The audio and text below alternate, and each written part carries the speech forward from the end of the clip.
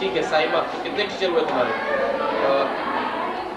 1 2 3 4 5 6 7 8 9 10 11 12 13 14। हम लोग रेस्क्यू करके वहाँ पहुँचेंगे तो 1000 बच्चों को पढ़ाने के लिए कम से कम 30 टीचर तो चाहिए ना। कौन उनको मैनेज कौन करेगा दिन में? यहाँ के कारखानों में जाके पढ़ा रहे थे, अब वो वहाँ जाके शेल्टर में पढ़ाएंगे। ये बच्चे जब रेस्क्यू होकर वहाँ पहुँचेंगे तो वहाँ पर सर वो कह रहे हैं हमारे साथ प्रॉब्लम है, सुबह नहीं कौन टीचर पे है? 2 है ना, वो जिसके साथ प्रॉब्लम है उसको जबरदस्ती नहीं लेके जाना है। जो लोग टीचर जाना जा सकते हैं उनको ही लेके जाना है। नाज़नीन जी का नाज़नीन हो गई दिन में, और सुशीला का नाम तो उसको एडजस्ट कर लेंगे। जैसे जैसे बच्चे शुरू में जब रेस्क्यू होंगे तो उनको ट्रॉमा होगा थोड़ा सा, लेकिन जो मंडे मॉर्निंग है वो कंफर्म होने चाहिए। ऐसा ना हो कि मुझे पता चले कि ये लोग आ रहे हैं और बदल मंडे मॉर्निंग में ये लोग तो रहेंगे ही रहेंगे जिनके नाम याद है। नहीं, ये लोग मंडे मॉर्निंग नहीं आते।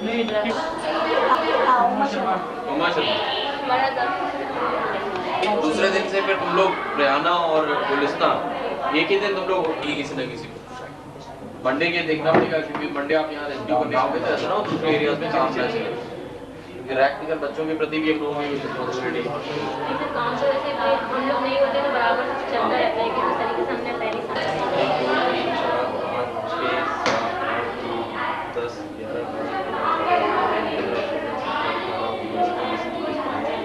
25 ही हुए, 25 26 27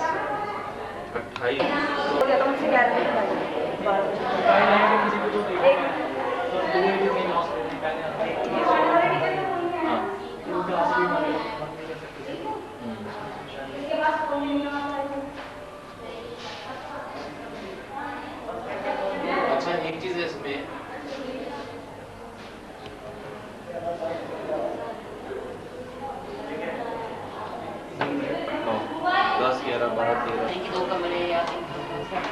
कर लेंगे हम लोग के।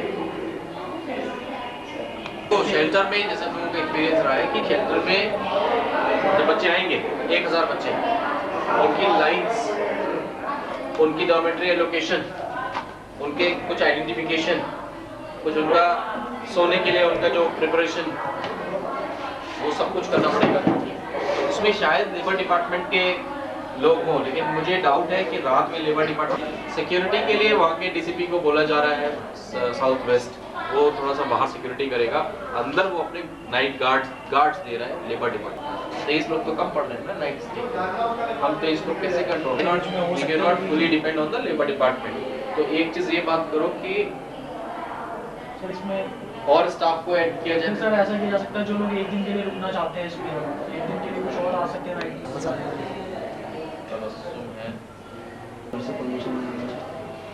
उसकी परमिशन को मैंने ब्रैकेट में कर दिया। सरिता और सर एक सुनीता नहीं, सर ये वाली सुनीता नहीं, सुनीता और डे नाइट स्टे के लिए रोज जाए। अगर इसमें से एक दिन के लिए ले तो फिर डे के लिए कम पड़ जाएंगे। टीचर से अगर बात करी जाए कि एक रात के लिए कुछ लोग हो सकते सारे के सारे मंडी पर डिपेंड है, मंडी आती है। नीचे गेट लॉक कर दिया तो जोर से बच्चे निकल रहे हैं।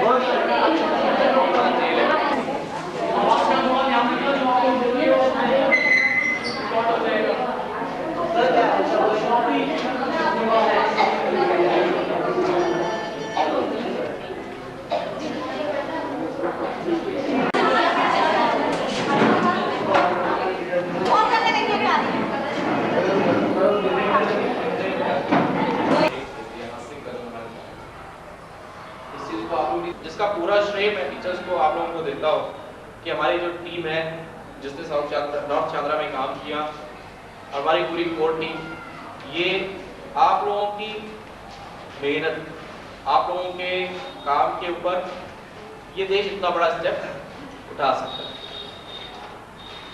के लिए या किसी भी डिपार्टमेंट के लिए, किसी भी लोकेलिटी में, जिस तरह की लोकेलिटीज हमारे बड़े बड़े शहरों के अंदर बस गई हैं, खास तौर से दिल्ली में, चाहे सीलमपुर कहें या और कोई स्लम एरिया कहें, उन लोकेलिटीज में उनकी पतली पतली गलियों के अंदर कहाँ क्राइम हो रहा होगा, क्राइम का मतलब है कि कहाँ चाइल्ड लेबर लगाया गया है, कहाँ फैक्ट्रियाँ चल रही हैं, ये जानना बहुत मुश्किल है। आप लोगों ने जब बीड़ा उठाया कि हम एक एक कारखाने के अंदर जाएंगे और उनको बच्चों को हम पढ़ाएंगे और पढ़ाने के बहाने उनकी सूचना निकाल के लाएंगे, ये हमने एक साल पहले डिसाइड किया था कि हम ऐसा करेंगे। उस समय हम शायद कारखानों में जाते हुए बहुत डर रहे थे, लेकिन इस पिछले एक साल में आप लोगों ने कई 100 कारखाने ढूंढ के निकाले उन गलियों में से जो चोरी छुपे चल रहे थे, और उन कारखानों को ढूंढ के निकालने के बाद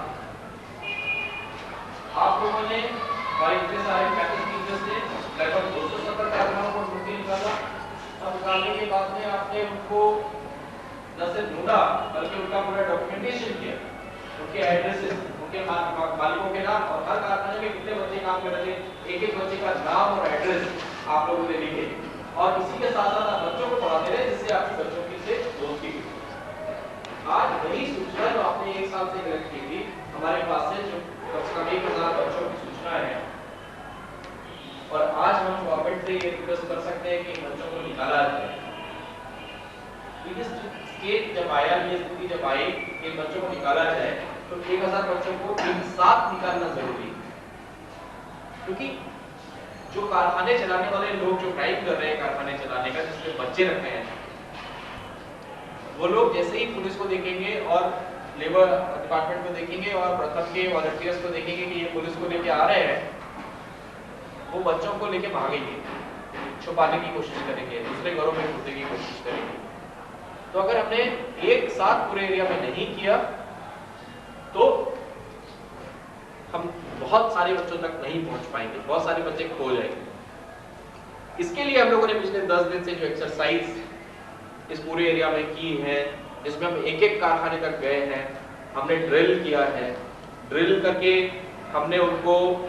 हमने रूट बनाया है कि कहां से पुलिस टीम कौन सी जाएगी, कौन सी गली से कौन जाएगा, कितनी देर में हम कारखाने तक, यहाँ तक कि हम लोगों ने टाइम भी कर लिया है।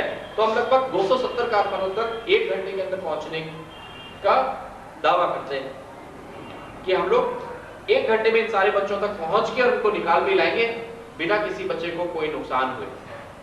प्रथम का एक वॉलंटियर हर लेबर डिपार्टमेंट की एक टीम के साथ रहेगा। लेबर डिपार्टमेंट ने भी 30 टीमें बनाई हैं, हर टीम का हेड हमारा प्रथम का वर्कर रहेगा। और हम ये इंश्योर करेंगे कि लेबर डिपार्टमेंट का कोई भी व्यक्ति बच्चे से किसी तरह का कोई गलत बात नहीं करे। हम ये इंश्योर करेंगे कि किसी तरह के बच्चे को कोई नुकसान पहुंचा सके या उसकी कारखाने के मालिक नहीं पहुंचा सके, और प्रेम से उस बच्चे को बाहर निकाला जा सके। और कारखाने के मालिक को ये बिल्कुल समझाया जाए कि देखो ये बच्चा 12 से 14 साल से नीचे है तो ये तुमने क्राइम किया है, इसके लिए बच्चे निकाले जा रहे हैं, ताकि वो भी कोई उल्टी सीधी हरकत नहीं कर सके। ये जो कुछ हम आज कर पाए हैं, इसमें 10 दिन की मेहनत भी है जो कि हमने की है, रूट्स बनाने में, मैप्स बनाए हैं, और पिछले 1 साल से हम लोगों ने इस इलाके के चप्पे चप्पे को जो छान मारा है और छुपे हुए कारखानों को जो हमने निकाला है, उसकी वजह से ये आज हम कर सकते हैं। तो हमारा ये मानना है कि कम से कम 1000-1500 के आसपास बच्चे हम लोग यहाँ से निकाल सकेंगे। ये रेस्क्यू परसों होने जा रहा है, इसकी भी सूचना आपको दी जा चुकी है। अब मैं ये चाहूँगा कि हम लोग थोड़ा सा अपने एक्सपीरियंसेस शेयर करें कि हम लोग क्या इस सर्वे के बारे में, जो इस पूरे रेस्क्यू ऑपरेशन के बारे में हम लोग क्या सोचते हैं। हम लोगों ने या अपने पिछले काम के बारे में अगर कोई व्यक्ति कुछ बताना चाहता है, अगर कुछ शेयर करना चाहता है, तो आप लोग इंडिविजुअली उसको शेयर करें, बोले, ताकि ये हम ऑन रिकॉर्ड भी हम लोग इसको कर सकें, और ताकि हम आगे ये गवर्नमेंट को दिखा सकें और हम ये अपने दूसरे जो पार्टनर्स को दिखा सकें कि बच्चों तक पहुंचना मुश्किल काम नहीं है। अगर विल पावर हो आप पहुंच सकते हैं। बच्चों को निकालना भी मुश्किल काम नहीं है, लेकिन उसके लिए बहुत सारे वॉलंटियर्स चाहिए, बहुत सारे लोग चाहिए। हम लोग देख रहे हैं कि हम लोग यहाँ पे इतने सारे लोग हैं, 50 लोग मिलके इस काम को 1 साल से करते रहे। कोई छोटी मोटी टीम में नहीं है। पूरे लेबर डिपार्टमेंट के पास 40 लोग हैं, हमारे सिर्फ इतने छोटे से एरिया में हम जाके 270 2 या 3 लोगों की संस्था कुछ नहीं कर सकती कि वो क्लेम करें, टीवी के ऊपर जाके बोल दें कि यहाँ जरिए काम हो रहा है, यहाँ चाइल्ड लेबर हो रहा है। उससे भारत में चाइल्ड लेबर खत्म होने वाला नहीं है। 2 या 3 लोगों की संस्था ये काम नहीं कर सकती। एक संस्था जब तक 500, 600, 800 लोगों की, 1000 लोगों की संस्था नहीं होगी, तब तक वो इतने बड़े पैमाने पे बच्चों तक नहीं पहुंच पाएंगे। और जितने बच्चों को मदद की जरूरत है, इमरजेंसी सपोर्ट चाहिए, उतने बच्चों तक पहुंचने के लिए और उतने बच्चों को न्याय दिलाने के लिए बड़ी टीम की जरूरत है। बड़ी टीम का मतलब है बहुत ज्यादा लोग आगे आए और आके जुड़े, जैसे आप लोग जुड़े। तो ये चीज इसलिए मैं चाहूंगा कि हमारे सारे लोग, ज्यादातर लोगों के व्यूज हमारे डॉक्यूमेंट हो जाएं, ताकि हम कल को गवर्नमेंट को दिखा सकें, एनजीओ को दिखा सकें और इंटरनेशनल ऑर्गेनाइजेशंस जो यहाँ पे बच्चों को न्याय दिलाना चाहते हैं। कारखानों में काम कर रहे बच्चे, सड़क में कबाड़ा चुन रहे बच्चे, इस तरह के बच्चों को जो न्याय दिलाना चाहते हैं वो लोग, उनको ये सीखने को मिले कि क्या तरीका है। तो इसकी परसों जो हमें रेड करवानी है, जो लीड करना है, किस तरह से करना है, उसकी हम लोग मीटिंग शुरू कर देंगे।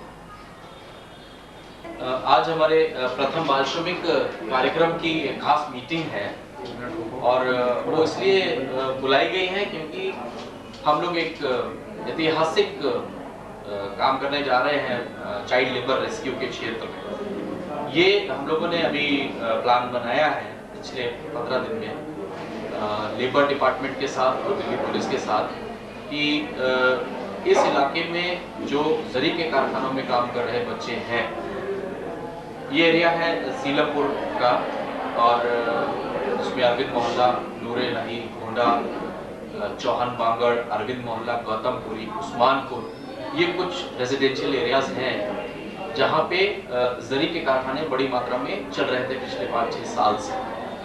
हम लोगों ने अभी 1 साल पहले इस कार्यक्रम की शुरुआत यहाँ पे की थी, जिसमें हमने यहाँ पे हमारे कार्यकर्ताओं को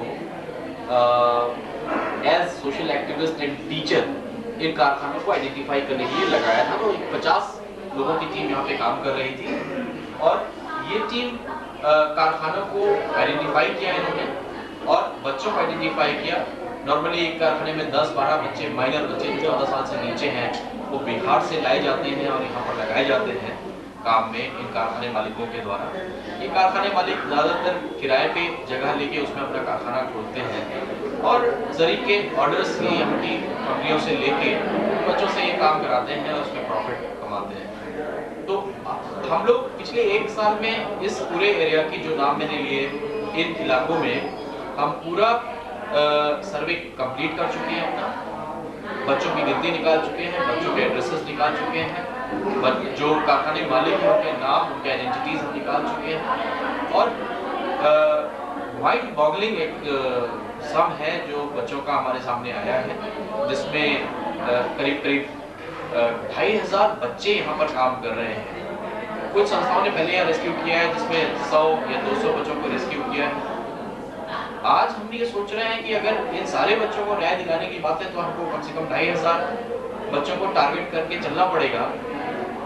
हमारी उम्मीद तो यही है कि ये सारे बच्चे रेस्क्यू हो जाएं, लेकिन बहुत सारे ऐसे भी फैक्टर्स हैं जो हम ध्यान में रख रहे हैं, जो हमने पिछले 1 साल में स्टडी किए, जैसे नैरो लेन्स हैं, बाई लेन्स हैं, पतली पतली गलियां हैं, जिसमें इतनी बड़ी पुलिस टीम का और लेबर डिपार्टमेंट का अंदर जाना बहुत मुश्किल है और बहुत नैरो लेन्स के अंदर ये कारखाने खुले हुए हैं। हो सकता है बहुत सारे बच्चे छुपा दिए जाएं या दूसरे घरों में बुला दिए जाएं या वहाँ से गाड़ियों में भर के रेलवे स्टेशन की तरफ भेज दिए जाएं या दूसरे इलाके जहाँ जरी का काम होता है उन इलाकों में भेज दिए जाएं, जैसे कि बदरपुर साउथ दिल्ली में या संगम बिहार। इस कारण से हम लोग एक कंजर्वेटिव फिगर मान के चल रहे हैं कि 1400-1500 बच्चे हम जरूर निकालने में यहाँ से कामयाब हो जाएंगे। ये वो बच्चे हैं जो जरी के कारखानों में काम कर रहे हैं अपने घरों से दूर। बहुत से बच्चे ऐसे हैं जो 1-1 साल से काम कर रहे हैं और अपने घरों में नहीं गए। इनको पेमेंट का वादा तो किया जाता है, लेकिन इनको बहुत कम पेमेंट दी जाती है, सिर्फ 2 टाइम का खाना इनको दिया जाता है और 18-19 घंटे ये बच्चे काम करते हैं। तो हमें उम्मीद है कि आप लोग इस बात को देखेंगे कि किस तरह से ये पूरा रेस्क्यू प्लानिंग किया गया और किस तरह से हमने फिर लेबर डिपार्टमेंट को रोक इन किया। उसके पीछे थोड़ा हिस्ट्री ये है कि लेबर डिपार्टमेंट का ये प्राइम रिस्पॉन्सिबिलिटी होता है किसी भी मेट्रोपॉलिटन या किसी भी सिटी में अगर इस तरह के गैर कानूनी काम हो रहे हैं तो इनको अपनी जद में ले। इसके लिए एक चाइल्ड लेबर एक्ट है 1986 का, जिसमें साफ तौर पे ये कहा गया है कि जरी का काम 14 साल से नीचे का कोई बच्चा नहीं कर सकता, गैर कानूनी है। और लेबर डिपार्टमेंट को चाहिए कि, और ये 1996 का सुप्रीम कोर्ट का ऑर्डर है कि लेबर डिपार्टमेंट इस बात को मालूम करे कि कितने कारखाने कहाँ चल रहे हैं और उन कारखानों तक पहुँच के उन बच्चों को आज़ाद कराए। लेकिन 1996 से आज 2005 तक लेबर डिपार्टमेंट को ये खबर नहीं थी कि इतने बड़े पैमाने पे यहाँ पे बच्चे काम कर रहे हैं। ये हमारे टीचर्स ने उनको ढूंढ के जब निकाला तब हम लोगों ने लेबर डिपार्टमेंट के साथ मीटिंग किया। लेबर कमिश्नर को हमने यहाँ बुला के सारे कारखाने हमने उनको विजिट कराए। तो सारे तो नहीं कर पाए, वो 8-10 कारखाने उन्होंने जब विजिट किए तभी उनकी आँख खुल गई और उन्होंने देखा कि इतने बड़े पैमाने पे ये बच्चे जरी कारखानों में काम कर रहे हैं। इसके बाद सेंट्रल गवर्नमेंट की तरफ से और तभी उनकी आँख खुल गई और उन्होंने देखा कि इतने बड़े पैमाने पे ये बच्चे जरी कारखानों में काम कर रहे हैं। कुछ मीडिया एडवोकेसी हुई, कुछ दूसरी ऑर्गेनाइजेशंस ने यहाँ के कारखानों को मीडिया में दिखाया, तो वो देखने से लेबर डिपार्टमेंट एक्टिवेट हो गया और तब हमको लेबर कमिश्नर ने ये रिक्वेस्ट किया कि हम इन बच्चों को आज़ाद कराने में उनकी मदद करें। इसके लिए ये पिछले 15 दिन में हमने क्विक प्लानिंग की है कि लेबर डिपार्टमेंट को हम सफल बनाएं इन बच्चों को आज़ाद कराने में।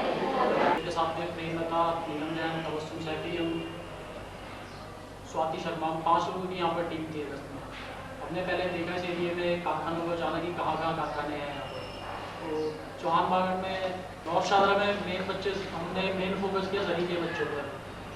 जरी के बच्चे ज़्यादातर चौहान बागड़ में, चौहान बागड़, अभिन मोहल्ला, गौतमपुरी, गोला, नूरेलाई, इन लोगों में पहले इन एरियो में हमने जाके देखा कि कहाँ पर कारखाने हैं। आज हमारे पास 272 कारखाने हैं यहाँ पर इसी एरिए में जरी के। शुरू तो था इस एरिया से बाल श्रम को मुक्त करना, तो उसके लिए हम एकदम तो नहीं जा सकते थे। पहले हमने कारखानों में जाके क्लासें ली। ये काम इतना आसान नहीं था जितना कि हमने खराब थी कि वो इतने से कमरों में रहते थे, छोटे छोटे कमरों में 20-20 बच्चे रहते थे। उनकी इतनी बीमारी लगी थी उनके ऊपर, उनकी स्किन डिजीज थी, उनके ऊपर आंखों में परेशानी थी, क्योंकि वो 18 घंटे जरी के अड्डे के ऊपर काम करते रहते थे। सिर्फ जरी के अड्डे के ऊपर लगे रहते थे, 24 घंटे से लगे रहते थे। सिर्फ 2 घंटे सोने देते थे उन लोगों को। उनकी पोजीशन हमने देखी जाकर के, हमने काम किया चौहान बागड़ में। सरकार क्या करेगी आकर के? हमने देखा बच्चों को चक्कर कटवाते रहे। पढ़ाने के जरिए हम उन तक पहुंचे, वहाँ हमने बच्चों को पढ़ाया, उनसे कॉन्टेक्ट किया। पढ़ाना सिर्फ हमारा एक बहाना था, बच्चों तक पहुंचने का जरिया था। बच्चों बैठे हमने उनसे जानकारी प्राप्त करी, बच्चे क्यों किस मजबूरी काम करने के लिए आया है, क्या जरूरत थी उसकी काम करने की, कितने घंटे काम करता है, क्या उसे मिलता है, क्या उसे खाना मिलता है, बच्चा कहाँ से आया है। ज्यादातर बच्चे सबने बताया कि बिहार सीतामढ़ी। क्या वहीं पर जनसंख्या बढ़ी हुई है? बच्चे दिल्ली में नहीं है क्या? बेरोजगारी दिल्ली में नहीं है? बड़े आदमी काम नहीं दे सकते ये लोग क्या? बच्चों के काम कराना जरूरी है। क्यों? क्योंकि बच्चे लगे रहते हैं 24 घंटे। वो यूनियन नहीं बना सकते, मना नहीं कर सकते किसी काम के लिए, खाना नहीं मांगेंगे, पानी नहीं मांगेंगे, वो सिर्फ काम करता रहेगा। ये मालिक की शक्ल देखता रहेगा। मालिक बोलेगा बोल तो बोलेगा, अपना नाम बता तो नाम बताएगा, नहीं मालिक की शक्ल देगा। सिर्फ खाना उनको मिलता है बस 2 टाइम, जो मिल गया ठीक है, नहीं मिला नासी, बच्चा काम करेगा सिर्फ वही अड्डे के नीचे पड़ के सोएगा। चाहे बीमारी है, शरीर गल रहा है उसका, इसकी बीमारी हो रही है। हमने बच्चों को ले जाकर उनका मेडिकल चेकअप कराया, कितने बच्चों की बीमारी ठीक करवाई, आई चेकअप कराया उनका, कितने बच्चों को चश्मा लगवाया कारखानों काम करने के लिए। चौहान बागड़ एरिया के सभी लड़कियां कारखानों में जाने के लिए मनाही करती थी। दरअसल कोई कारखानों में गया भी नहीं था पहले, और कारखानों को देखें तो एक बिल्डिंग में करीब 10-12 कमरे और हमारी टीचर वहाँ पे बैठ के जाके बच्चों को पढ़ाती है।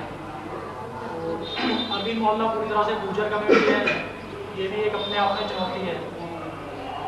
हमारे टीचर ये भी एक अपने आप में चुनौती है। हमारे टीचर लोग जाते हैं वहाँ पे कमेंट्स पास करना या वैसे ये होता रहता है। कारखानों में जाकर पढ़ाना बहुत हिम्मत की बात थी। दूसरी अगर बात करें कि बच्चे आए कहाँ से, तो ये सारे बच्चे बिहार से आए हुए हैं। बिहार में भी 85% बच्चे सीतामढ़ी, बाकी कुछ नेपाल के भी हैं, भागलपुर, दरभंगा, इन जिलों से आए हुए हैं। मेन बच्चे सीतामढ़ी के ही हैं इसमें, और ये या तो इन बच्चों को यानी ऑनर ही लेकर आए हैं। अधिकतर बच्चे ऑनर के साथ आए हुए हैं, या कुछ बच्चे भाई के साथ, चाचा के, मामा के। 75% बच्चे ऑनर के थ्रू लाए गए हैं यहाँ पे। एक ऑनर 20-20 बच्चों को वहाँ से लेकर आता है। इन बच्चों को सिर्फ ये सीखने ही रहेगा, कारीगर नहीं बनेगा। अगर वो कारीगर बन गया तो उसको पेमेंट करनी पड़ेगी, पैसा देना पड़ेगा पूरा। दूसरा, अगर बच्चे को 1 साल से ज़्यादा कारखाने में रखा भी नहीं जाता है, 1 साल या 2 साल, क्योंकि 1-2 साल के बाद बच्चा कारीगर बन जाएगा और फिर उसको कारीगर वाला रेट देना पड़ेगा। इसलिए 2 साल के बाद ये बच्चे फिर वापस चले जाते हैं और दूसरे बच्चों को लाया जाता है यहाँ पर। बच्चों का आना यहाँ पे निरंतर चलता ही रहता है, हर दिन यहाँ पे नए बच्चे आते हैं। दूसरा, अब तक हमारे कॉन्टैक्ट में यहाँ पे लगभग 6000 बच्चे हैं जो जरी के काम में है। मेन हमारे पास जरी के ही बच्चे हैं, बाकी थोड़े बहुत दूसरे आयरन वर्क जो वो भी खतरनाक उद्योगों में आते हैं। तो टीचर 1-1 घंटे की क्लास जाके कारखानों में ले रहे हैं, 1 घंटे की, 1.5 घंटे की, आधे घंटे की। कारखाने में पढ़ाने की परमिशन इतनी आसानी से नहीं मिली यहाँ पर। दूसरा, 1-2 महीने तक टीचर जाते रहे, मालिक से बात नहीं हो पाई, क्लास की परमिशन बहुत मुश्किल से ही मिली यहाँ पर। दूसरा, उनको कानून की धमकी भी देनी पड़ी, वैसे फोर्स करना पड़ा, जब जाके कारखानों में हमें पढ़ाने की बच्चों को परमिशन मिली। इसके अलावा इस एरिया में हमारे 3 ड्रॉप इन सेंटर चल रहे हैं, जिसमें एक अरविंद मोहल्ला, एक चौहान बागड़ और एक गौतम पुरी। चौहान बागड़ ड्रॉप इन सेंटर भी है और बाकी बच्चे हमारे बहुत खुश होते हैं। कारखानों से लाना पहले इतना आसान नहीं था, लेकिन 1 बच्चा आया, 2 बच्चा आया, हम आराम से समझा के उसको लाए। एक ने 2 को कहा, 2 ने कहा कि बहुत अच्छा लगता है, वहाँ पर खुली जगह है, खेलने को सामान मिलता है, खाने को मिलता है। तो बच्चे अपना फिर 1 से 2, 2 से 4, 4 से 10 करके आने लगे। अब आज मेरे पास ये स्थिति है कि 200 बच्चे करीब रोज आना जाना लगा रहता है। करा था यहाँ पर, और एज ए टीचर मैंने काम करा था उस टाइम। दिलशाद सर और तबस्सुम और मैं, सिर्फ 3 लोग थे हम, और ये काफ़ी चैलेंजिंग काम था जो हम करने जा रहे थे, क्योंकि हमने लाइफ में सिर्फ उन बच्चों को पढ़ाया है जो प्राइवेट स्कूल्स में पढ़ते हैं या फिर सरकारी स्कूल्स में पढ़ते हैं, जिन बेचारों ने अभी तक स्कूल्स नहीं देखे, अच्छा खाना नहीं देखा, अच्छा कपड़े नहीं देखे, उनके साथ मैं काम करना शुरू करने जा रही थी। तो मुझे काम बहुत अच्छा लगा। शुरू में ये भी डर लगा कि मैं कारखानों में जाऊँगी कि कितने कमेंट पास होते जब हम सामने से निकलते कारखानों के, लेकिन जब मैं उन बच्चों से मिली और उन बच्चों के चेहरों पर मैंने वो खुशी देखी, तो मुझे लगा कि जब हम अपने बच्चों को इतना अच्छे तरीके से रखते हैं तो उन बच्चों के साथ क्यों ऐसा बिहेव हो रहा है, क्यों ऐसा व्यवहार हो रहा है। तो मैंने कहा कि मैं इस काम को जरूर करूँगी, चाहे इसमें कुछ भी दिक्कतें आए। सेंटर्स थे, उसके अंदर हमने क्लासेस लगाई, बच्चों को इकट्ठा करा, काफ़ी सर्वे किया। सर्वे करने के बाद हमें यहाँ पे पता चला कि यहाँ पर काफ़ी सारे जरी के कारखाने हैं, और इसके बारे में मैंने तो सुना ही नहीं था कि बच्चे भी काम करते हैं, मतलब इस एरिया में बच्चे काम करते हैं। लेकिन जब मैंने जाके देखा तो यहाँ पर आई वॉज शॉक्ड। मुझे बहुत ही ज़्यादा अचंभा हुआ कि इतने सारे बच्चे और वो इतनी बुरी कंडीशन में थे ना, उनकी खाले आप यकीन नहीं कर सकते। वो बच्चे ना तो उनको नहाने, ना तो वो ऑनर जो है उनको नहाने के लिए साबुन, ना उनको खाना भी पता है कैसा, इतने मोटे चावल। जब मैंने वहाँ पर क्लास लगाई और मैंने बच्चों से पूछताछ की तो मुझे पता चला कि कुछ बच्चे तो वहाँ पर बाउंडेड है, जिनके साथ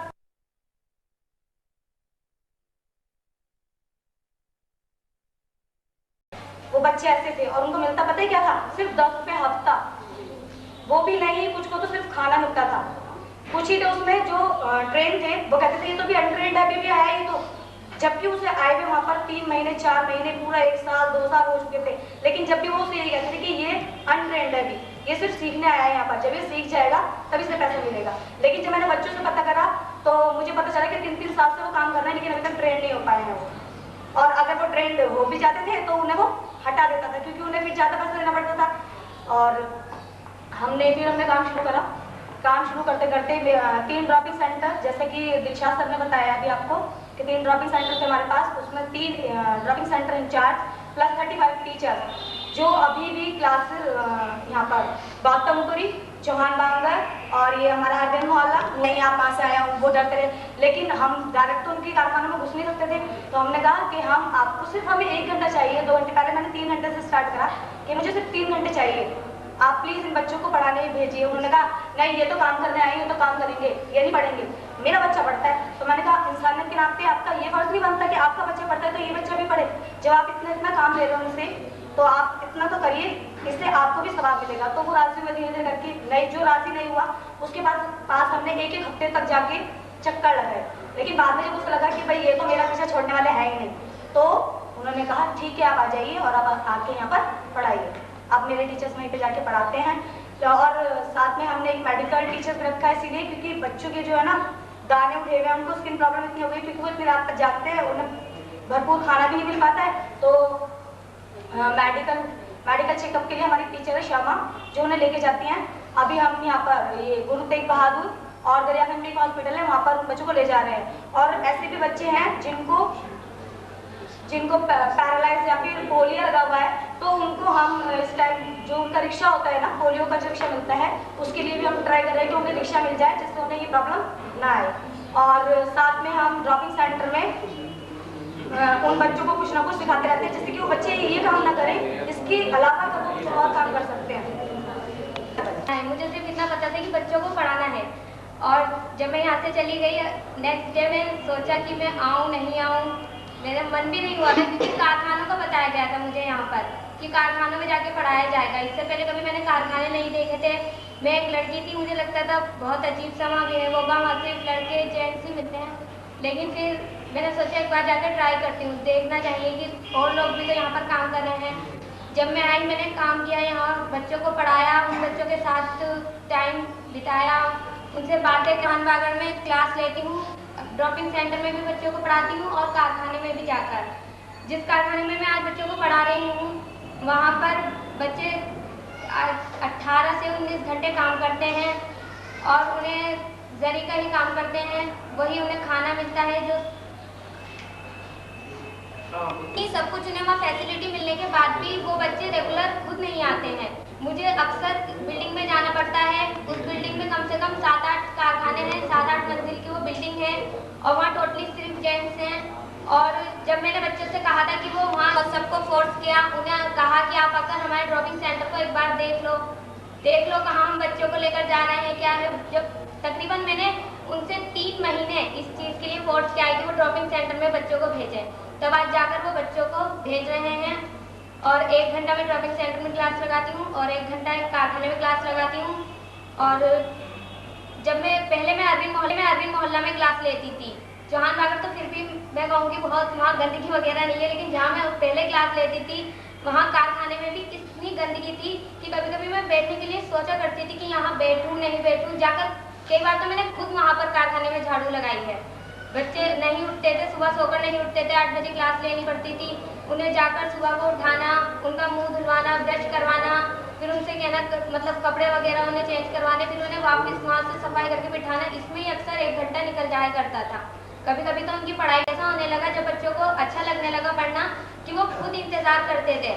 जो बच्चे 8 साढ़े 8 बजे उठाने से भी नहीं उठते थे, जब हम 2-3 महीने बाद ऐसा होने लगा कि वो खुद 8 बजे हमें उठे हुए मिलते थे, वहाँ से सफाई हुई भी मिलती थी रूम की, आराम से वो बैठे हुए वो वेट करते थे। और अगर हम एक भी दिन नहीं जाते थे, उन्हें बिना बताए छुट्टी कर लिया करते थे, तो उनका इसके ऊपर बहुत असर पड़ता था। अगले दिन जाते ही उनका एक सहमत नहीं हूँ। और हमें पता चला है कि अब हमारे वहाँ बच्चों को रेस्क्यू ऑपरेशन के बारे में हमें पहले से ही पता है, और मैं चाहती हूँ कि इन बच्चों को वहाँ से निकाल लिया जाए कारखानों से, क्योंकि कारखानों में कुछ भी मिल रहा है लेकिन फिर भी इनका शोषण हो रहा है। पढ़ाई भले ही हो रही है लेकिन इसके साथ कारखाने वाले इनका शोषण भी कर रहे हैं। इन्हें हम निकालें, किसी अच्छी जगह पर, किसी अच्छे शेल्टर होम में इन्हें रखें, इनके पेरेंट्स से मिलें, उन्हें समझाएं कि वो इनसे काम ना कराएं, सीख मिले, उन्हें साथ साथ पढ़ाएं भी। सिर्फ हमारे पढ़ाना काफ़ी नहीं है, उन्हें स्कूल मिलना चाहिए, स्पेस मिलना चाहिए और उन्हें वो सब कुछ मिलना चाहिए जो आम बच्चों को, हमारे घर के बच्चों को स्कूलों में मिल रहा है। और वो सब कुछ हम इन्हें कारखाने में नहीं दे सकते। इसलिए मेरा मानना है कि हम इन बच्चों को यहाँ से कारखानों से निकाल लें और कहीं अच्छी जगह पर रखें जहाँ इन्हें पढ़ना, खेलना सब कुछ इनकी मर्जी के मुताबिक हो, जो एक बचपन में मिलना चाहिए। इनका पूरा बचपन इन्हें जीने देना चाहिए। मैं 9 छात्रा बादशाह प्रोजेक्ट में एज ए टीचर काम करती हूँ। मैं मेडिकल इंचार्ज हूँ और क्लास में जाया करती थी तो मैं देखा करती थी कि वहाँ पे बहुत से बच्चे काम किया करते थे। उनके हाथों में बहुत बिजली हुआ करती थी, उनको एक दूसरे में के पास बैठने से इन्फेक्शन हुआ करता था, बहुत बीमार रहते थे वो। हम उनके मालिक से मालूम किया करते थे कि क्या है, बच्चों को आप दवाई नहीं लाते, कहते थे दिला देते हैं मैडम, ये अपना आप ठीक हो जाएंगे। हमने कहा ठीक है। हमने कुछ दिन देखा लेकिन बच्चा ठीक होने के बजाय और उसकी हालत ख़राब हुआ करती थी। फिर उसके काफ़ी दिन बाद हमने अपने सर से कहा तो उन्होंने फिर देखा, उन्होंने कहा ठीक है इनका मेडिकल चेकअप किया जाए। जब हमने मेडिकल के लिए उन बच्चों को लेके जाया करते थे, वो बच्चे हमें रास्ते में कहा करते थे कि मैडम हमें दवाई नहीं दिलाई जाती है, हम सिर्फ ऐसे ही खाना ना खा के बैठ जाते हैं, हमें कोई मतलब सुविधा नहीं है यहाँ पे जो यहाँ पे दी जाए। फिर मैं उन बच्चों को मेडिकल के लिए लेके जाया करती थी। देखा जाए तो इस पूर्वी दिल्ली के इस इलाके के अंदर और न जाने कितने कारखाने और चल रहे हैं और कितने बच्चों के साथ शोषण हो रहा है। आज हम लोगों ने यहाँ देखा कि जिस तरह से हम लोगों ने रणनीति बनाई है कि यहाँ से हम बच्चों को निकालेंगे, यहाँ से हम लोग 1000 बच्चों का जो हम लोगों ने अनुमान निकाला है कि इतने बच्चों का हम लोग रेस्क्यू करेंगे और इन बच्चों के लिए हम लोगों ने रहने का प्रबंध भी करवा दिया है। इसमें हमारा सहयोग लेबर डिपार्टमेंट कर रहा है इस रेस्क्यू को सफल करने में। इस तरीके से मैं उम्मीद करता हूँ कि इस रेस्क्यू को और अच्छे सफल करने में और गैर सरकारी संस्थाएं जो हैं वो बढ़ चढ़ कर अपने अपने एरियो में काम करें और इस तरीके से और रेस्क्यू होने चाहिए, क्योंकि और गैर सरकारी संस्थाएं कोई 90 बच्चे निकाल लेता है, कोई 80 बच्चे निकाल लेता है, कोई 60 बच्चे निकाल लेता है, अपना नाम सिर्फ सोचते हैं, लेकिन कभी ये नहीं सोचते अपने पीछे हजारों बच्चों को और छोड़ जाते हैं मरने के लिए। लेकिन हम लोगों ने जो प्रथम संस्था है उसने एक ऐसा मुहिम उठाया है, एक ऐसा अभियान चलाया जिस अभियान के तहत आज हम लोग दावे के साथ कह रहे हैं कि हम इतने बच्चों को रेस्क्यू करेंगे। सेंटर इंचार्ज हूँ।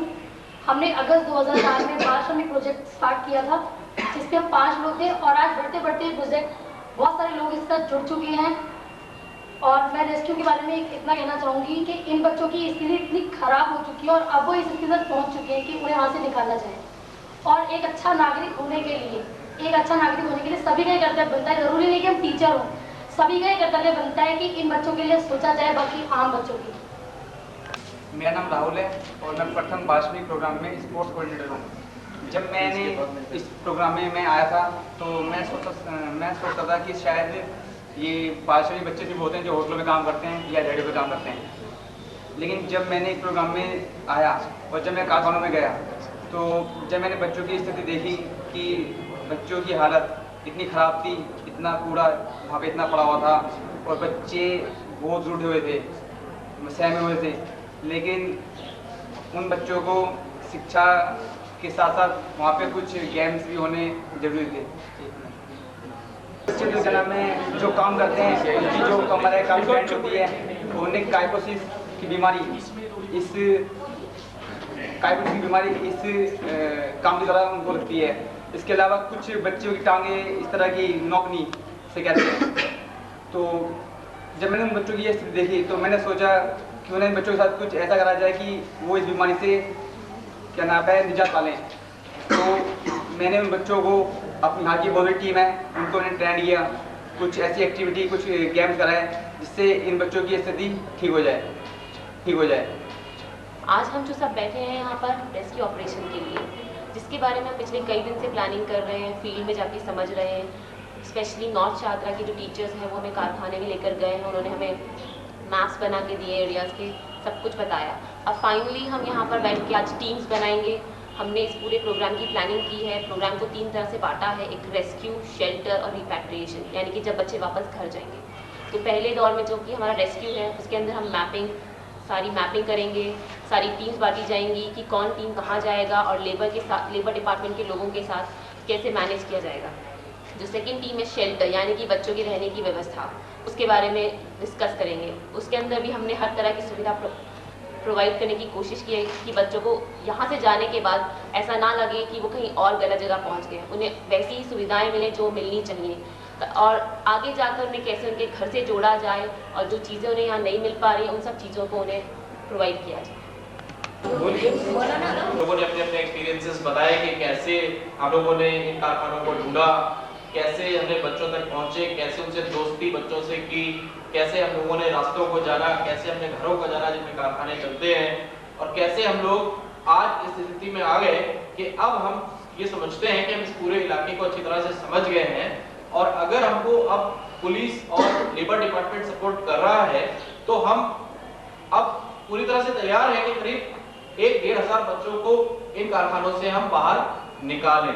और हम जब इन कारखानों से बच्चों को बाहर निकालें तो इन बच्चों को कोई नुकसान नहीं होना चाहिए और ये बच्चे अच्छी तरह से बाहर निकल के अच्छी तरह से ट्रैवल कर सके, जिसके लिए डीटीसी की बसें हैं और शेल्टर है उनको ने प्रोवाइड किया है। लेबर डिपार्टमेंट का स्टाफ है जो हमारे साथ बच्चों का डॉक्यूमेंटेशन करेगा, पुलिस है जो हमको सिक्योरिटी प्रोवाइड करेगी और फिर हम लोग हमारे सारे कार्यकर्ता हमको मिलकर बच्चों के प्रोफाइल्स बनाएंगे, उनके घरों तक बच्चों को बचाने के लिए कोशिश करेंगे। इस सब की प्लानिंग हम लोगों ने जो की है उसको मैं आप लोगों के साथ में डिस्कस करूंगा। तो मैं सबसे पहले ये रिक्वेस्ट करूंगा कि हमारी जो रेस्क्यू टीम है जो हमने पूरे ग्रुप को 3 भागों में बांट दिया है, 4 भागों में बांटा है, जिसमें एक है रेस्क्यू टीम। रेस्क्यू टीम का काम होगा लेबर डिपार्टमेंट और पुलिस के साथ कारखानों में रेड डालना। रेस्क्यू टीम के हर व्यक्ति लेबर डिपार्टमेंट की एक टीम के साथ एसोसिएट होंगे और गाइड का काम करेंगे।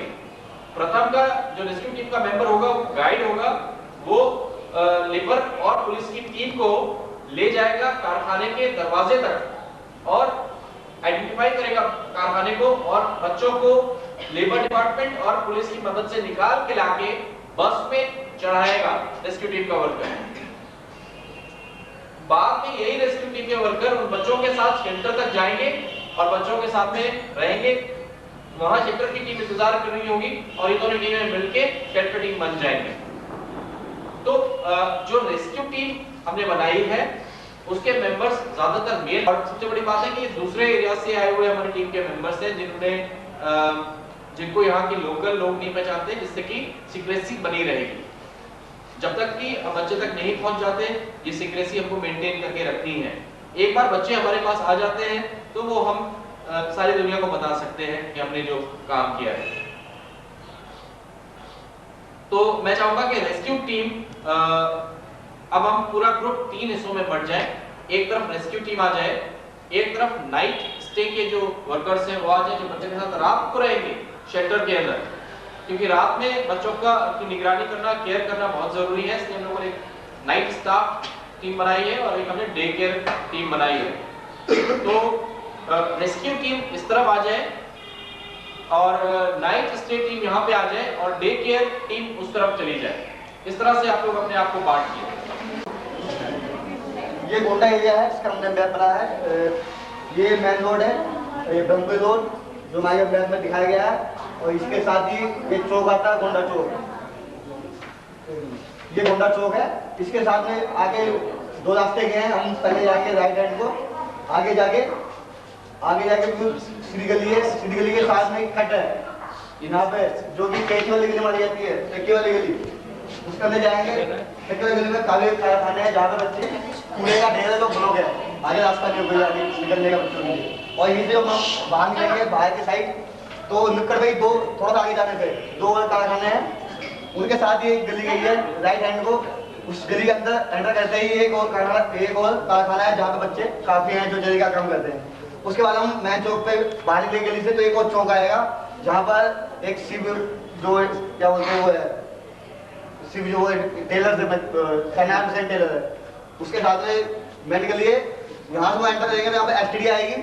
एसटीडी के ऊपर भी नीचे ऊपर दोनों पे मतलब चलते कारखाने और बच्चे काफी बहुत ज्यादा बच्चे हैं वहाँ पे। तो उसके सामने ही एक वाइट बिल्डिंग है, उसमें भी बहुत से बच्चे हैं। उसके साथ भी एक कारखाना है जो लगा हुआ है, इसमें भी बहुत से बच्चे हैं। यहाँ से हम जब आगे निकलेंगे मेन रोड पे, ब्रह्मपुर रोड पे आएंगे तो आगे आने पे एक प्ले स्कूल पड़ेगा। स्कूल का आगे आने पे एक लकड़ी का दरवाजा है उस कारखाने का, जो हमारा कारखाना है। स्कूल कॉर्नर पे, ये कॉर्नर से एक दुकान छोड़कर है। ये इसमें बच्चे काफी हैं बच्चे, और इसके सामने ये एमएलए ये जो विषम शर्मा उनका बोर्ड लगा हुआ है सामने। ये हमारा मेन रोड है। मेन रोड पर आएंगे, थोड़ा आगे चलेंगे, एक मिनट जब थोड़ा आगे इस साइड आएंगे, इस साइड पे एक कोने पे ही ऊपर नीचे मकान बने हुए हैं जहाँ पे हम लोगों ने सोचा कि बच्चे यहाँ पे निकले हैं। अगर इस साइड जाते हैं, इस साइड हमने छोड़ दिया अभी। इस साइड भी 2 ऐसे कारखाने जो अपोजिट आमने सामने है। यहाँ पे एक शांति मेडिकल स्टोर है, उसके ऊपर ठीक उसके ऊपर कारखाना है जहाँ बच्चे हैं। और उसके सामने एक भूस वाला मकान है, ये हमने ऐसे निशान बनाया था, भूस वाला जो मकान जिस हिसाब से बनाया, उसके अंदर भी ऊपर फर्स्ट फ्लोर पे बच्चे काफी जो जरी का काम करते हैं। इसके बाद हम इस मेन रोड से आ जाते हैं। आगे जाने पर स्टेट बैंक आता है, स्टेट बैंक ऑफ इंडिया। उसके राइट हैंड को सीधी गली गई है, वो गली अंदर सीधी जाती है। गली में अंदर एंटर करते ही हमें एक मिलेगा कारखाना, जिसमें मैं समझता हूँ कि कम से कम 50-60 बच्चे ऐसे हैं जो जरी का काम करते हैं। तो उसमें ऊपर नीचे दोनों मिला के, और उसके आगे जाने पर ये टूटा गेट आएगा, वहाँ टूटे गेट आएगा। टूटे गेट से अंदर हम जाएंगे तो हम लेफ्ट को टर्न होंगे। वहाँ पे तकरीबन 5 ऐसे कारखाने जहाँ पे बच्चे बहुत हैं, जहाँ पे 2 कारखाने में हमें अंदर जाने की मतलब अनुमति नहीं मिली, मना कर दिया हमें कि हाँ यहाँ बच्चे नहीं है। लेकिन हम लोगों ने इसके बैक साइड जाके देखा, हमने देखा कि बच्चे बहुत हैं, बहुत ज़्यादा बच्चे हैं। यहाँ बच्चे नहीं है, लेकिन हम लोगों ने इसके बैक साइड जाके देखा, हमने देखा कि बच्चे बहुत हैं, बहुत ज़्यादा बच्चे। चौक से अंदर आएंगे तो राइट हैंड पे यहाँ से हमारी स्टूडियो में जाएगी, और यहाँ पे कैची वाली गली है, यहाँ से हम अंदर इंटर करेंगे। इसके बाद एक राइट हैंड पे और एक स्ट्रेट, इसे बोलते हैं गामी रोड। गामी रोड से हम सीधा आएंगे तो यहाँ पे विष्णु में बोर्ड लगा हुआ है, एक टीम हमारी यहाँ से इंटर करेगी। इससे थोड़ी सी आगे जाएंगे तो स्टेट बैंक है, यहाँ पे स्टेट बैंक के सामने से एक गली जा रही है, एक जो हमारी टीम है यहाँ से इंटर करेगी। यहाँ से इंटर करने के बाद कुछ हमारी फोर्स यहाँ लगेगी, ये पूरे इसको क्लोज करने के लिए, ताकि ये अरविंद मोहल्ला का मैप है और ये 3 तरफ से रोड से घिरा हुआ है। ये देखें तो ब्रह्मपुरी रोड, गावड़ी रोड और गौतम विहार रोड। ये ब्रह्मपुरी 1 नंबर के लिए ये पूरा एरिया अरविंद मोहल्ला का लगता है। इसमें जो लाल कलर आप देख रहे हैं सारे कारखाने हैं। इस एरिया में 60 कारखाने हैं और जिसमें 800 लगभग 1000 बच्चे हैं। तो हम इसमें मेन इसमें घुसने का रास्ता खजूर वाली गली है, एक टीम हमारी यहाँ से जाएगी और ये पूरी खजूर वाली गली शकील कवर करेंगे। खुर्शीद, ये यहाँ के MLA भीषम शर्मा खुर्शीद एंट्री यहाँ से करेंगे पुलिस के साथ और लेबर डिपार्टमेंट के साथ। तो ये यहाँ पर आएंगे और ये हमारा ब्रह्मपुरी रोड है, जिस रोड के ऊपर हमारा ये ड्रॉपिंग सेंटर चल रहा है। ये जाके एंड में गोंडा चौक के ऊपर मिलता है। गोंडा चौक से एक रास्ता अंदर की तरफ जा रहा है, जो सीधा रास्ता नूरेलाई के अंदर खुल रहा है। इस रास्ते जब हम लोग जाएंगे तो गली नंबर 4 सबसे पहले पड़ेगी। गली नंबर 4 के अंदर हम एंट्री करते हैं तो राइट हैंड साइड के अंदर एक कारखाना चलता है, जहाँ पे तकरीबन 10-15 बच्चे हैं। उसके बाद हम लोग सीनियर सेकेंडरी स्कूल वाली लेन के अंदर दोबारा जाते हैं, थोड़ा टर्न करते हैं। एक कारखाना स्कूल के खत्म होने के बाद बाउंड्री के ऊपर राइट हैंड साइड पे है और उसके बिल्कुल सामने एक बहुत ही पतली सी गली अंदर की तरफ जा रही है, जहाँ पे राइट हैंड साइड पे एक कारखाना है, फिर इसी तरीके से 3 कारखाने। उसके बाद ये आगे की तरफ जाके रोड घूम रहा है, तो कंटिन्यू एक साथ 3 कारखाने और पड़ते हैं, 1 2 3 जिस तरीके से यहाँ मेंशन कर रखा है। इसके बाद हम लोग थोड़ा सा आगे और जाते हैं तो यहाँ एक परचून की दुकान पड़ती है। इस परचून की दुकान को अंदर हम जाते हैं, गली बंद है। इस गली के अंदर सारी गलियों के अंदर कारखाने ही कारखाने हैं। यहाँ पे तकरीबन जो कारखानों की गिनती है वो 10 के आसपास है। उसके बाद हम लोग जब बाहर आते हैं तो इस तरीके से ये कब्रिस्तान से घिरा हुआ है, जो पूरा गोल घूम रहा है कब्रिस्तान के साथ साथ। उस एरिया के साथ साथ अगर हम लोग घूमें तो सारे वो कारखाने लाइन से चलते ही जा रहे हैं। पुलिस का हम लोगों ने जो मेंशन करा इसके अंदर हम किस तरीके से कहाँ से एंट्री करेंगे, हमारी जो एंट्री पॉइंट होगा वो पुश्ता होगा 5वें पुश्ते से। 5वें पुश्ते से जब हम लोग आएंगे तो यहाँ पर एक डिस्पेंसरी पड़ती है, जिसका एक गेट खुल रहा है सामने से अंदर नूरेलाई को जाने का। एक फोर्स हमारी इस तरफ से अंदर जाएगी और एक फोर्स हम जो गोंडा चौक से इधर आएंगे तो ये 4 और 5 नंबर गली के बीच में हम लोगों की एक बस खड़ी होगी। यहाँ से कुछ एंट्री यहाँ से होगी और कुछ एंट्री यहाँ से होगी, जिससे ये सारे कारखाने कवर होते हुए जाएंगे और ये वाली जो टीम होगी वो इन सब कारखानों को कवर करती हुई जाएगी। अच्छा, और घोड़ा के अलावा जहां हम लोगों ने अभी प्रेजेंटेशन की, जिसमें हम लोगों ने प्लानिंग किया हुआ है, अलग अलग टीम बनाई है। इसके अलावा एक टीम हम लोगों ने 2 टीमें और रिजर्व रखी हुई हैं 3 और एरियाज के लिए, उस्मानपुर, गौतमपुरी और चौहान बांगड़, जिसमें सेकेंड फेज में रेस्क्यू ऑपरेशन किया जाएगा। फर्स्ट फेज में अरविंद मोहल्ला, घोंडा, नूरेलाई खत्म करने के बाद ये टीमें गौतमपुरी, चौहान बांगड़ और उस्मानपुर चली जाएंगी। और हमको ये अंदाजा है कि इन दूसरे फेज में होने वाले 3 एरियाज में भी लगभग 800 के आसपास बच्चे हमको वहाँ से हासिल होंगे। तो हमारा ये अंदाजा है कि ये रेस्क्यू ऑपरेशन होने के बाद कम से कम एक 1500 से 1800 के बीच में बच्चे होंगे जो हमारे साथ होंगे। ये रेस्क्यूड बच्चे होंगे और इन बच्चों को हम बस में बिठाएंगे, जिसके लिए 15 बसें हमको DTC ने दी हैं। ये बच्चे बस में बैठने के बाद हम इनको हुडको के अगस्त क्रांति भवन में लेके जाएंगे, जो काका जी कामा प्लेस में है, जिसमें हमको एक अच्छा सा उन्होंने रैन बसेरा जो उन्होंने बना रखा था जिन शेल्टरलेस लोगों के लिए, होमलेस लोगों के लिए, उसमें इन बच्चों को रखा जाएगा। तो ये 1800 बच्चों की रिस्पॉन्सिबिलिटी खाने की, इनके रहने की, इनके लिए गद्दा, रज़ाई, जाड़ों के दिन है, उसकी रिस्पॉन्सिबिलिटी प्रथम ने ली है। और इसके लिए हम लोगों ने अपने कैटरर से बात की है, जो वहाँ पे सेटअप करेगा अपना पूरा सेटअप। हम ये मान के चल रहे हैं कि कम से कम 10 दिन तो इन बच्चों को के सारे पेपर वर्क करने में लग जाएंगे, जिसके बाद हम इन बच्चों को घर भेजने की कोशिश करेंगे रेलवेज के माध्यम से। खत्म करके बच्चों को बस में लेके वहाँ जाएंगे तो वहाँ पे हमारा जो शेल्टर है, वहाँ पे जो स्टाफ रहेगा, उनके नाम मैं बोल रहा हूँ, वो स्टाफ इधर आ जाए, इस वाले एरिया में आ जाए। यहाँ मैं बोल रहा हूँ, वो स्टाफ इधर आ जाए, इस वाले एरिया में। ये लोग रात में स्टे भी करेंगे और बच्चे को रिसीव भी करेंगे, उनके खाने वगैरह का इंतजाम कराएंगे। तो उसके लिए क्या प्लान किया है पूजा, अगर आप बता सकें। पूजा, उसके बाद में गुलिस्ता कुछ टीम है। पहले मैं 9th टीम के बारे में बात करना चाहूँगी, यानी कि जो जिस दिन रेस्क्यू होगा उस दिन वो टीम बच्चों को पहले रिसीव करेगी, और उनके खाने पीने का सारा इंतजाम कराएंगी। उन्हें हर सही वक्त पे लंच, डिनर, ब्रेकफास्ट सब मिलेगा, उसका इंतजाम किया जाएगा। उसके लिए जितने भी वेटर्स हैं और जितने रजाई गद्दा जो हमें सब चाहिए, उन सबका प्रबंध कर लिया गया है ऑलरेडी। जिस दिन बच्चे पहुँचेंगे डे में, उनको वहाँ पे लंच प्रोवाइड किया जाएगा। उसके बाद नाइट में टीम रहेगी, उनके साथ रुकेगी, जो कि हमारी नाइट टीम है, रेगुलरली पूरा काम करेगी सुबह के 7 बजे तक। रात को बच्चों की देखभाल करना, उनको जो भी कोई ज़रूरत हो उनसे जो भी उनकी ज़रूरत है उन्हें पूरा करना। उसके बाद डे टीम में जो टीचर्स हैं हमारे और जो बाकी डे टीम के मेंबर हैं वहाँ आएंगे, बच्चों से मिलेंगे, उनकी जो रेगुलर एक्टिविटीज़ यहाँ होती है वो कराएंगे, बच्चों की प्रोफाइलिंग होगी, वो सब प्रोफाइलिंग वहाँ होगी। तो इस तरह से हमने प्लानिंग की गई है। हमने मेन्यू भी वर्कआउट कर लिया है कि हम क्या बच्चों को देंगे, किस तरह से किया जाएगा, ये सब कुछ हम लोगों ने कर लिया है। क्योंकि आप लोग जो डे केयर टीम के जो टीचर्स हैं, आप लोग हर सुबह 7 बजे यहाँ से शेल्टर पे पहुंचेंगे, बीकाजी कामा प्लेस, और बच्चों को उसी तरह से पढ़ाएंगे जिस तरह से आप पढ़ा रहे हैं। इसमें क्योंकि ये भी जरूरी होगा कि बच्चे हो सकता है ट्रॉमा में हो, बच्चे कंफ्यूज हो कि हम कहाँ आ गए। तो जब बच्चे आपसे मिलेंगे तो वो बहुत खुश होंगे, वो आपको पहचानेंगे कि ये तो वही टीचर्स हैं जो हमको पहले पढ़ाते थे।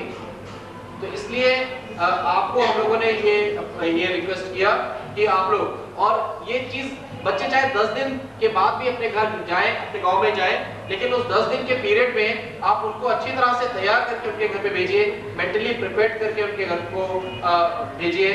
और यही नहीं कि बच्चे बिहार जाने के बाद आपका टच खत्म हो जाएगा। इन्हीं में से एक टीम हम बिहार के लिए बनाएंगे जो बच्चों को रिपेट्रिएट करने उनके घरों तक जाएगी और उनके घर तक, क्योंकि उनके गांव में आपको भेजेंगे। आप उनके माँ बाप को समझाइए कि आपने 1.5 साल में बच्चे को समझा है, अच्छी तरह से जाना पहचाना है, अब इस बच्चे को प्लीज आप जरी के कारखाने में काम करने मत भेजना, इसको घर में रख के पढ़ाओ। जिम्मेदारी है, तो ये तो काम सरकार का है कि वो बच्चे को पढ़ाएगी। माँ बाप की जिम्मेदारी है, यहाँ खत्म नहीं होती कि बच्चे को जन्म दिया और उसे काम करने के लिए दिल्ली या बॉम्बे कहीं भी भेज दिया, उसका पोषण, उसको हर तरीके से सारी सुविधाएं देना माँ बाप की जिम्मेदारी है। और बाकी सरकार बच्चे को पढ़ाना वो सरकार की जिम्मेदारी है। प्राइमरी लेवल तक तो बच्चे को पढ़ाना ज़रूरी है, जो सरकार कर रही है काम। वर्किंग में और मैं ट्रेनिंग और मल्टी की कोऑर्डिनेटर हूँ। जब बच्चे वहाँ पहुँचेंगे तो उनको एक दिन संभालना बहुत प्रॉब्लम होगा, लेकिन उसके साथ उनके टीचर्स जो है वो संभाल सकते हैं। उसके साथ नई नई एक्टिविटीज़ करना बहुत ज़रूरी है, उनके बारे में जानना, एक्टिविटी के द्वारा उनके अंदर जो नॉलेज है, उनकी क्या समझ है, कहाँ के रहने वाले। कुछ बच्चे एक्टिविटी से बता रहे थे, कुछ गलत भी निकलते हैं। उसके बाद उनके क्या है समझाने की, जो है ये वहाँ से आए तो आप एकदम घबराना नहीं, उन्हें मतलब समझाने की कोशिश करना और उनके साथ थोड़ी बहुत पढ़ाई के द्वारा उनकी नॉलेज निकालना और उनको समझाने की तरफ करना, जितना हो सके उन्हें समझ, ताकि वो बोर ना हो। फिर उसका लंच वेंच को देखना, थोड़ा अगर टाइम टेबल के अनुसार से काम कार्य करवाना, ताकि वो बोर ना हो, वहाँ से वो भागने की कोशिश ना करें, वो अपने घर पहुँच जाए। हम यही चाहेंगे वो अपने घर से वापस यहाँ ना आए। बाकी कोऑर्डिनेटर हूँ। वैसे तो मैं अपने एरिया में रैंक टीकर बच्चों के साथ काम करती हूँ, लेकिन जो यहाँ के बच्चों की कंडीशन है, मैं सोची थी कि रैंक टीकर बच्चों के साथ काम करना एक बहुत बड़ी चुनौती है। लेकिन जब यहाँ के बच्चों को देखा तो थोड़ा मुझे लगा कि ये बच्चे तो और भी ज़्यादा करते हैं, क्योंकि वो बच्चे बाहर तो घूम सकते हैं लेकिन उनको तो एक कमरे में ही रह के कैद किया जा रहा है। तो मैं यही चाहती हूँ कि मैं भी इन बच्चों के साथ रुकूँ। मैं शेल्टर, जो नेट शेल्टर है, बच्चों की ड्यूटी लगाई गई है उसमें हूँ। मैं ये चाहती हूँ बच्चों के साथ रह के इनको समझूँ, और ये जो अपने घर जाने की जो हम लोग तैयारी कर रहे हैं बच्चों को भेजने की, इसमें मैं इन लोगों का सहयोग दूँ। यही करना ऐसे कोऑर्डिनेटर वहाँ पे काम करता हूँ। हालांकि मैं लेदर बैग के बच्चों के साथ में काम कर रहा हूँ, जो बच्चे लेदर बैग बनाते हैं और ऑर्डर के अंदर काम करते हैं और तरह तरह की शॉप्स पे काम करते हैं। बट एक मैं यहाँ पे रेस्क्यू टीम के अंदर हूँ और यहाँ पे एक एक्सपीरियंस लेने के लिए आया हूँ, और सही मायने में कहा जाए तो एक अच्छा काम करने के लिए आया हूँ, क्योंकि यहाँ पे काफ़ी सालों से काम चल रहा है। देखा जा रहा है कि यहाँ पे जरिए यूनिट के अंदर बच्चे किस तरीके से काम कर रहे हैं। 18-18, 19-19 घंटे तक बच्चे मशीनों की तरह यहाँ पर काम कर रहे हैं। अगर ऐसे हालातों से अगर मैं बच्चों को निकाल पाऊँगा तो मैं सोचूंगा मेरी ज़िंदगी में कुछ अच्छा किया है। उन बच्चों के लिए, अपने लिए नहीं, उन बच्चों के लिए मैंने कुछ अच्छा किया है। इसके अलावा कुछ नहीं मिलता होगा। हमारे घरों के बच्चे हैं, उन बच्चों का अगर कोई मारता है तो उनको उनके आंसू पोंछने के लिए उनके माँ बाप आते हैं यहाँ पे। बट जो ये बच्चे हैं कारखानों के अंदर काम कर रहे हैं, इनके आंसू तो पोंछने के लिए कोई दूर से दूर तक आता ही नहीं है। रोए पीटे बैठ गए काम पर, वही खाना खा रहे हैं, वही काम कर रहे हैं और तरह तरह की बीमारियाँ लेकर वो काम कर रहे हैं। और मालिक कहते हैं कि हम इनको काम सिखा रहे हैं, वो काम नहीं सिखा रहे हैं, वो मशीन बना रहे हैं। क्या ज़िंदगी बना रखी है उन बच्चों की। मैंने उनकी ज़िंदगी को करीब से देखा है, पिछले कई सालों से काम कर रहा हूँ, उसका भी एक एक्सपीरियंस है। और दूसरा जो यहाँ पर आकर मैंने देखा है अभी पिछले कुछ दिनों के अंदर, तो करीब से मैंने जाना है। मालिक कहता है कि मैं उनको काम सिखा रहा हूँ और उनको कुछ पैसे देता हूँ, पैसे तो वो देते ही नहीं है, सिर्फ नाम के लिए ही पैसे देते हैं। और मैं रेस्क्यू टीम के अंदर हूँ, तो इन बच्चों का निकाल कर और फिर इसके बाद में नाइट शेल्टर के अंदर उन बच्चों के साथ उनकी बच्चों की ज़िंदगी के बारे में, आम ज़िंदगी के बारे में उनके जानेंगे और जानने की कोशिश करेंगे। क्या क्या एक्टिविटी करानी है, कुछ रिक्रिएशन गेम्स हमने वहाँ पे देखे हैं कि बच्चों को क्या गेम करने ताकि बच्चे बोर ना हो। इसके अलावा कुछ गेम खो खो, क्रिकेट, हम पूरा सामान वहाँ पे क्रिकेट लेकर वहाँ पे जाएंगे और इन बच्चों का एंटरटेन करने के लिए पूरी हमने व्यवस्था कर रखी है। खाने में प्रथम वार्षिक कार्यक्रम में उत्तरी छात्रा का बच्चों की स्वास्थ्य की हालत काफ़ी खराब हो चुकी है। एक छोटा सा कमरा होता है जिसमें लगभग 20-25 बच्चे होते हैं और 1-2 बस बड़े कारीगर। ये बच्चे यहीं पर सोते हैं, यहीं पर खाते हैं, तो इन्फेक्शन बच्चों के अंदर ज़्यादा है। इसका अंत यही था कि बच्चों को रेस्क्यू करके दोबारा इनके घरों तक पहुँचाया जाए, ताकि ये बच्चे जो अपना बचपन खो बैठे हैं इनमें दोबारा से बचपन जागृत किया जाए। आज वो समय आ गया है कि इन बच्चों को इन कारखानों से हमें निकालना है, जिसके लिए हम सरकार, लेबर डिपार्टमेंट का पूरा सहयोग कर रहे हैं। और लगभग पिछले 10-15 दिनों से हम ये तैयारी कर रहे हैं कि इस क्षेत्र से लगभग 2000 पूरे ही 2000 बच्चों को निकाला जाए। कोई भी ऐसा बच्चा ना रह जाए, कोई भी ऐसा बच्चा ना हो जो हमसे छूट जाए। हमारी कोशिश यही रहेगी कि हम पूरे बच्चों को ही इस क्षेत्र से निकालें।